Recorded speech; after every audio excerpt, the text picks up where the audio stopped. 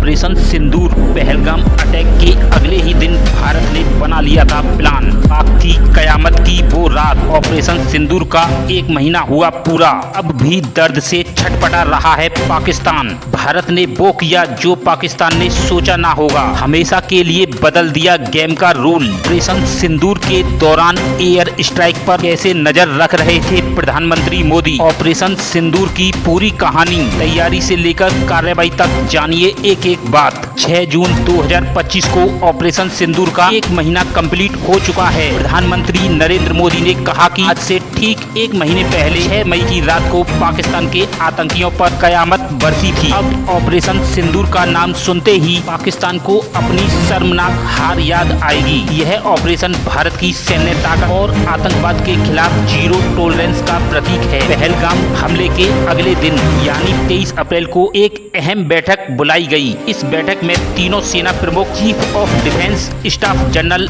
Anil Chauhan, NIA प्रमुख अजीत डोभाल और रक्षा मंत्री राजनाथ सिंह शामिल थे। भारत ने 23 अप्रैल 2025 को सिंधु जल संधि को निलंबित कर दिया। पहलगाम हमले के तुरंत बाद में भारत ने यह कदम उठाया क्योंकि पाकिस्तान को 80% पानी इसी संधि के तहत मिलता था। यह संधि 1960 में भारत पाकिस्तान के बीच हुई थी। इस संधि को निलंबित कर देने से पाकिस्तान में पानी की कमी होने लगी। ऑपरेशन सिंदूर की शुरुआत क्यों और कब हुई? 22 अप्रैल 2025 को जम्मू कश्मीर के पहलगाम में आतंकियों ने 26 नागरिकों की हत्या कर दी, जिसमें 25 भारतीय नागरिक और एक नेपाली नागरिक था। इस हमले में आतंकियों ने हिंदू पुरुषों को निशाना बनाया। भारत ने इस हमले का जिम्मेदार लश्कर-ए-तैयबा जैश-ए-मोहम्मद के साथ रेजिस्टेंस फ्रंट को ठहराया। भारत ने कहा ये आतंकी पाकिस्तान के समर्थन से काम करते हैं। इस हमले के जवाब में भारत ने 6 और 7 मई के बीच रात 1:05 से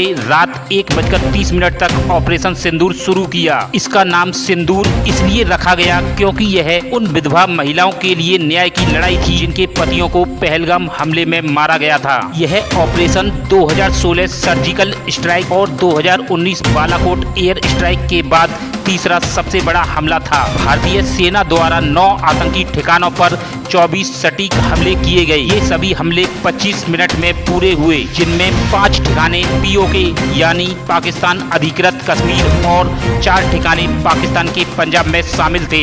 यह हमला पूरी तरह से आतंकी ढांचे पर आधारित था। इस हमले में पाकिस्तानी सेना या फिर पाकिस्तानी नागरिक को किसी भी तरह का कोई नुकसान नहीं पहुंचाया गया। इस हमले में 100 से ज्यादा आतंकी मारे गए, जिनमें से मोस्टली वो आतंकी थे जो पुलवामा अटैक में शामिल हुए थे। इसके बाद पाकिस्तान ने LOC पर भारी गोलीबारी की, जिसमें 12 भारतीय नागरिक और 4 सैनिक शहीद हुए। इसके अतिरिक्त पाकिस्तान ने 8 मई को ड्रोन और मिसाइलों से जम्मू कश्मीर, पठानकोट और अन्य पश्चिमी शहरों पर हमला किया, लेकिन भारतीय सेना के जवानों ने इन्हें नाकाम कर दिया। इसके अलावा 9 मई को पाकिस्तानी ड्रोन ने बठिंडा सैन्य स्टेशन पर भी अटैक किया, इन्हें भारतीय सेना के पराक्रम ने नष्ट कर दिया। भारतीय सेना ने इस ऑपरेशन में पाकिस्तान के 6 फाइटर जेट सहित 9 सैन्य विमान नष्ट कर दिए। इसी के साथ पाकिस्तान के एयरबोर्न रडार सिस्टम और 11 पाकिस्तानी एयरबेस को भी नष्ट कर दिया। यह आतंकवाद के खिलाफ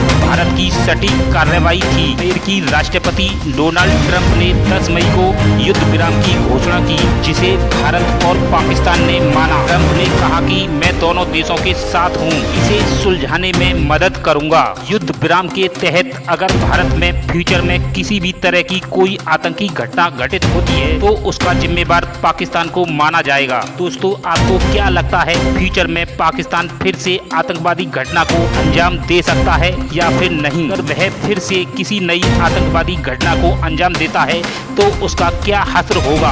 अपनी राय हमें कमेंट्स बॉक्स में दे सकते हैं। आने वाली नेक्स्ट वीडियो तक के लिए फ्रेंड्स टाटा बाय बाय, जय हिंद, वंदे मातरम।